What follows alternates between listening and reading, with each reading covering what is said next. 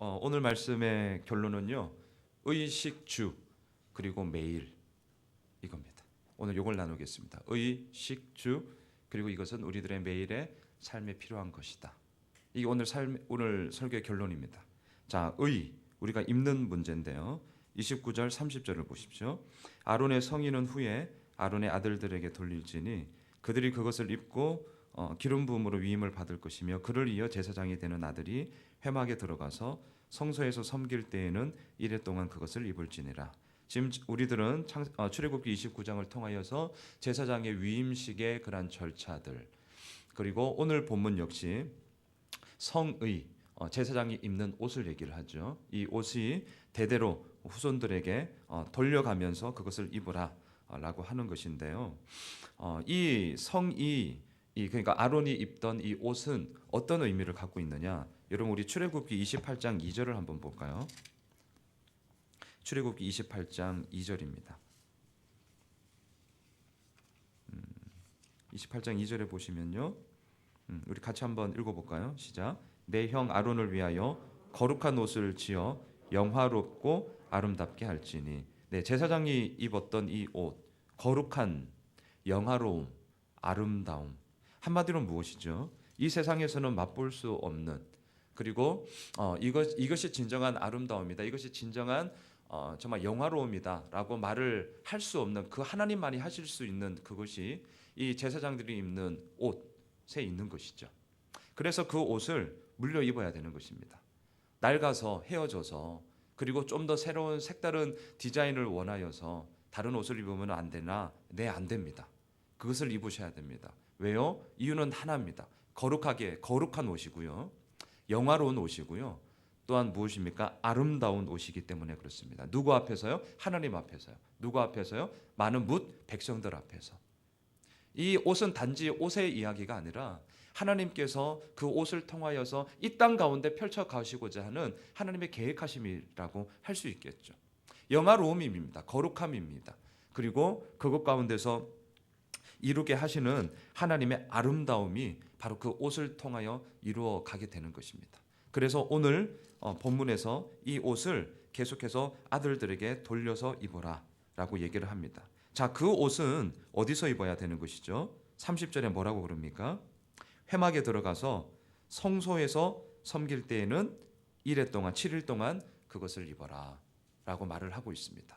이 하나님의 옷, 이 제사장이 입어야 되는 성의는 성소에 있을 때, 그것도 7일 동안 그 자신의 직무를 행할 때 입는 옷이 되겠죠. 자, 첫째, 우리가 입는 옷입니다. 옷. 우리는 무슨 옷을 입고 있습니까? 우리는 날마다 어떠한 옷을 입고, 그러니까 어떠한 하나님 앞에서 어떠한 우리의 모습을 가지고 나아가고 있느냐라는 질문을 우리는 오늘 이 새벽 하고 싶습니다. 하나님 앞에서 정말 앞서 우리가 28장 2절에서 본 것처럼 거룩함, 영화로움, 그리고 아름다움, 과연 이 말들이 내가 삶의 모든 모습을 통하여서 삶에 걸어가는 그러한 태도를 통하여서 과연 사람들에게 드러내고, 또한 그 옷을, 그 삶의 모든 태도를 우리 아들들에게 과연 돌릴 수 있는 것이냐라는 것이죠. 정말 이 무거운 질문 앞에 우리는 다시 한번 우리들의 삶을 봐야 하게 될 것입니다. 자, 첫째, 옷의 얘기입니다. 두 번째, 먹는 얘기를 해볼까요? 자, 31절부터 34절까지 보시면 먹는 이야기가 나옵니다. 자, 그곳 안에서 도대체 그건 뭘 먹을 것이냐? 자, 31절, 32절 우리 두 절만 같이 읽을까요? 자, 함께 읽겠습니다. 시작. 너는 위임식 순양을 가져다가 거룩한 곳에서 그 고기를 삶고 아론과 그의 아들들은 회막문에서 그 순양의 고기와 광주리에 있는 떡을 먹을지니라. 자, 광주리에 있는 떡을 먹으라. 요것도 한번 찾아볼까요? 29장 2절과 3절입니다. 한번 보셔요. 광주리 안에 있는 떡이 그럼 도대체 무슨 떡인지 한번 봅시다. 출애굽기 29장 2절과 3절 보시면 좋겠습니다. 2절과 3절 우리 같이 한번 읽어볼까요? 시작. 무교병과 기름 섞인 무교 가자와 기름 바른 무교 전병을 모두 고운 밀가루로 만들고 그것들을 한 강주리에 담고 그것을 강주리에 담은 채 그 송아지와 두 양과 함께 가져오라. 네, 강주리에 담겨져 있는 떡이 이렇게 기록되어져 있습니다. 자, 31절에 보면 이 위임식 순양을 가져다가 삶습니다. 삶는 것은 제사장들이 먹기 위한 것입니다. 하나님 앞에 드릴 때는 어떻게 하죠? 오늘 뒤에도 나오지만 다 번제로 불로 다 태우죠. 그리고 그 향기 그것을 하나님께 드리는 것인데 삶는 것은 제사장들이 먹기 위함입니다. 자, 거룩한 곳에서 제사장들은 지금 먹습니다. 위임식 그 순양을 먹고요. 광주리에 있는 떡을 먹고 있습니다. 자, 그런데 그것의 용도를 한번 보실까요? 33절을 보십시오. 같이 읽을까요? 시작. 그들은 속죄물 곧 그들을 위임하며 그들을 거룩하게 하는데 쓰는 것을 먹되 타인은 먹지 못할지니 그것이 거룩하기 때문이라. 자, 이 위임식 순양 그리고 이 광주리에 있는 떡 이것은 무엇을 의미하는 거죠? 속죄물. 이 속죄물은 무엇이죠? 나의 죄를 하나님께서 용서하신다에 대한 제물로 드리는 것을 얘기하는 거죠. 그 속죄물, 내가 하나님 앞에서 더욱더 깨끗하고 성결하고 주님 앞에 거룩한 자로 서기 위한 제물로 드린 것이기 때문에 이것이 남는다 할지라도 어떻게 합니까? 다른 사람에게 줄 수가 없는 거예요. 왜요? 하나님과 나와의 관계 속에서 이루어진 하나님의 대속의 은혜이기 때문에 그렇죠. 그래서 남았다고 아니면 양이 많다고 해서 타인에게 주는 것이 아닙니다. 또한 34절에서도 말합니다. 고기나 떡이 아침까지 남아 있으면 그것을 불에 살라야 되는 것이죠. 재워놓고 내일 또 먹어야지. 재워놓고 창고에 냉장고에 넣어놓고 남았으니까 또 더 맛있게 먹어야지. 이렇게 하는 것이 아니라는 거죠. 자, 여기서 말하는 포인트는 뭐죠? 속죄물이라는 거예요. 속죄물. 자, 먹는 문제를 오늘 본문에서는 다루고 있습니다. 자, 그럼 우리들에게 한번 질문해 보시죠. 내가 먹는 것은 무엇입니까? 내가 먹는 것은 물론 밥의 이야기일 수 있겠죠. 우리들의 육신의 이 배고픔을 채울 수 있는 음식의 문제일 수 있겠죠.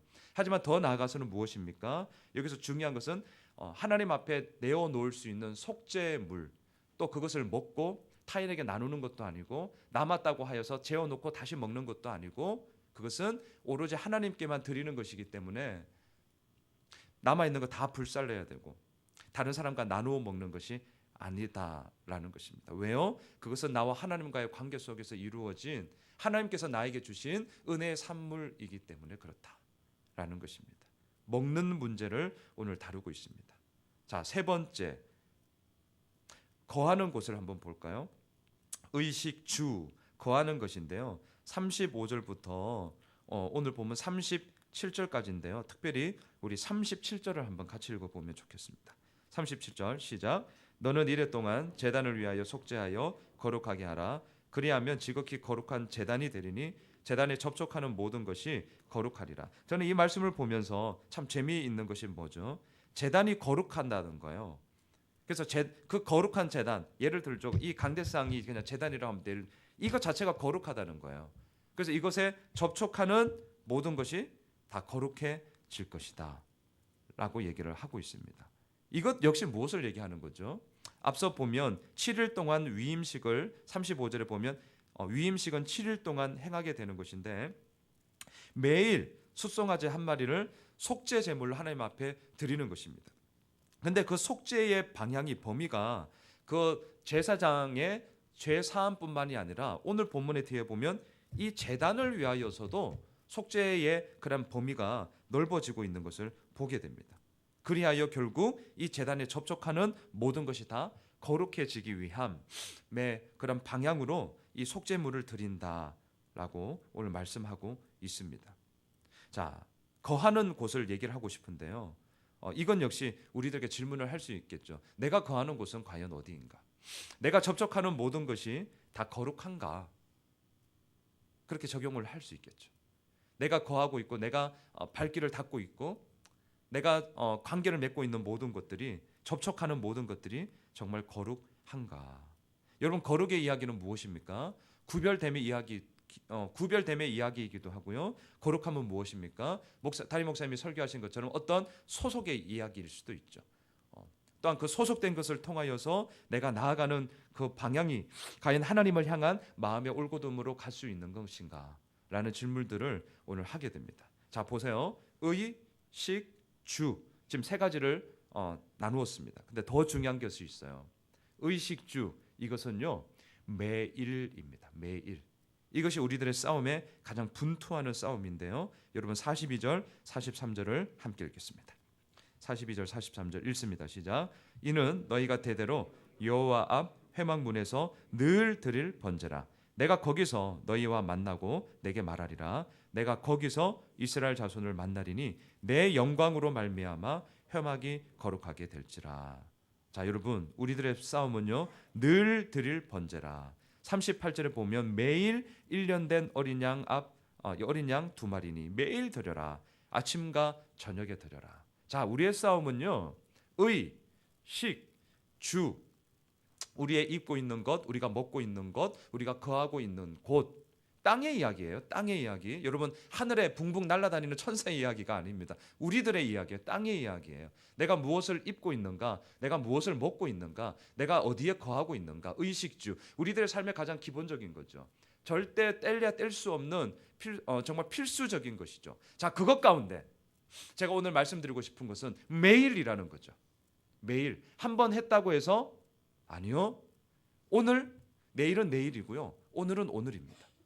이게 우리들에게 너무 힘든 거예요. 왜요? 한번 하나님의 거룩한 옷을 입었다면 이것이 쭉 가면 얼마나 좋겠어요.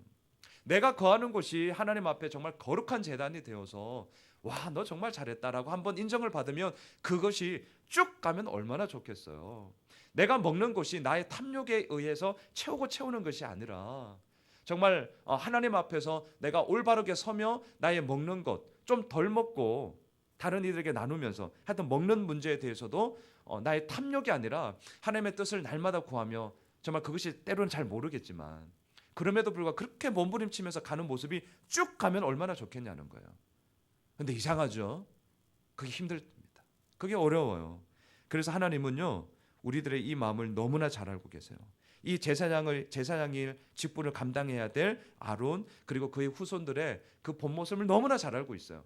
그래서 어떻게 하라고요? 매일이에요. 매일. 우리의 싸움은요 매일입니다. 이것이 너무 힘들기도 하고 또한 이것이 있어야만 우리가 하나님 앞에 바르게 설 수 있기 때문인 것이죠. 42절에 보면요 너희들이 늘 드릴 번제다. 매일 드려야 될 번제다. 아침과 저녁에 드려야 될 번제다. 그러면서 뭐라고 말씀하시죠? 내가 거기서 너희와 만나게 될 것이다. 그리고 너에게 바로 그곳에서 말할 것이다 라고 얘기를 하고 있습니다. 장막을 왜 짓습니까? 내가 거기서 만나고 항상 너는 내 앞에 있어라. 이 의미가 장막 아니겠습니까? 그리고 그 일을 감당해야 될 제사장들 앞에 오늘 하나님께서 말씀하시고 약속하고 있습니다.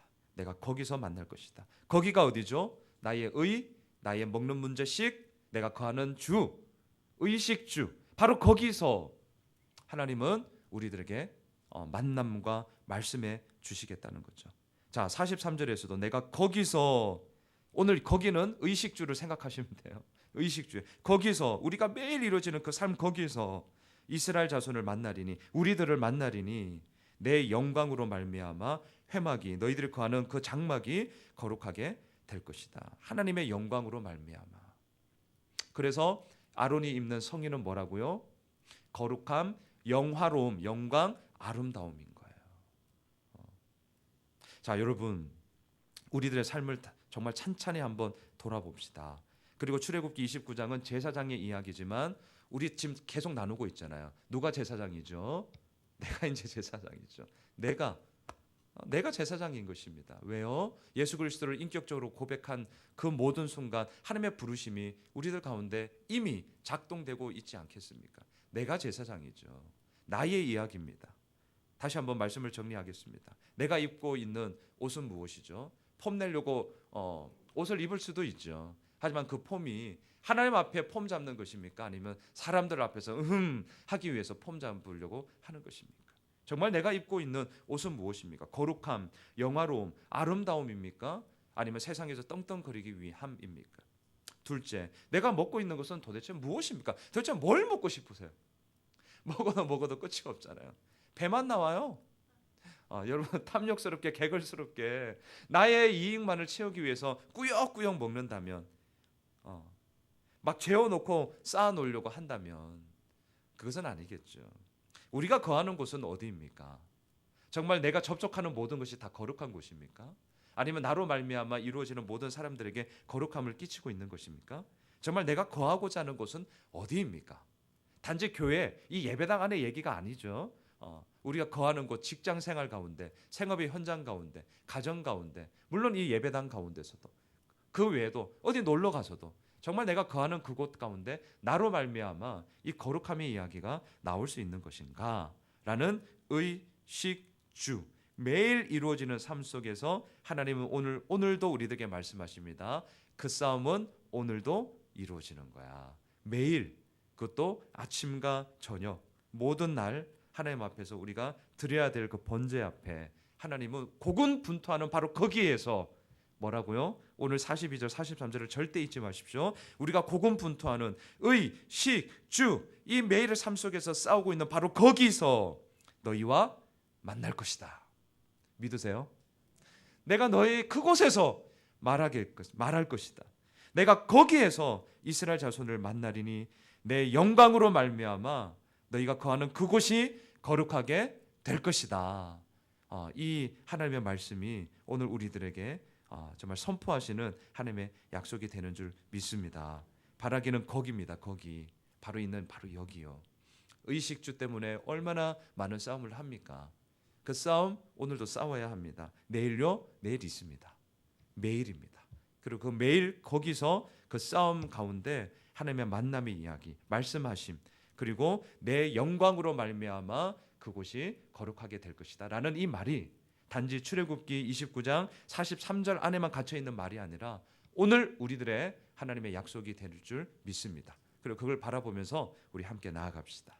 기도하겠습니다.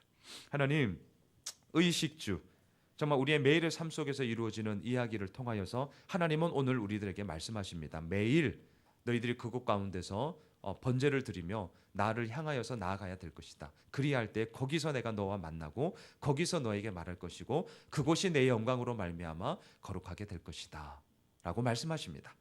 하나님, 우리가 거하고 있는 바로 거기, 바로 오늘 여기입니다. 그리고 오늘 이 새벽 기도를 마치고 또 나아가서 또 일터, 가정, 우리가 거하는 그곳은 참으로 많이 있습니다. 하나님, 바라옵기는 오늘 이 말씀, 내가 입고 있는 옷을 바라보면서 내가 아침 먹고 점심 먹고 저녁 먹고 있는 그 문제를 통하여서 또한 내가 거하고 있는 그곳을 생각하면서 오늘 이 말씀 앞에 정말 나는 어떻게 하나님 앞에서 나아가고 있는가라는 질문들을 오늘 하루 종일 우리 스스로 하기를 원하고 바로 그 싸움 가운데서 하나님의 말씀하심, 하나님의 만남, 결국 내 영광으로 말미암아 거룩하게 될 것이라는 하나님의 이 약속, 이 하나님의 선포가 오늘 우리들의 이야기가 되게 하여 주시옵소서. 예수님의 이름으로 기도드리옵나이다. 아멘. 하늘에 계신 우리 아버지요.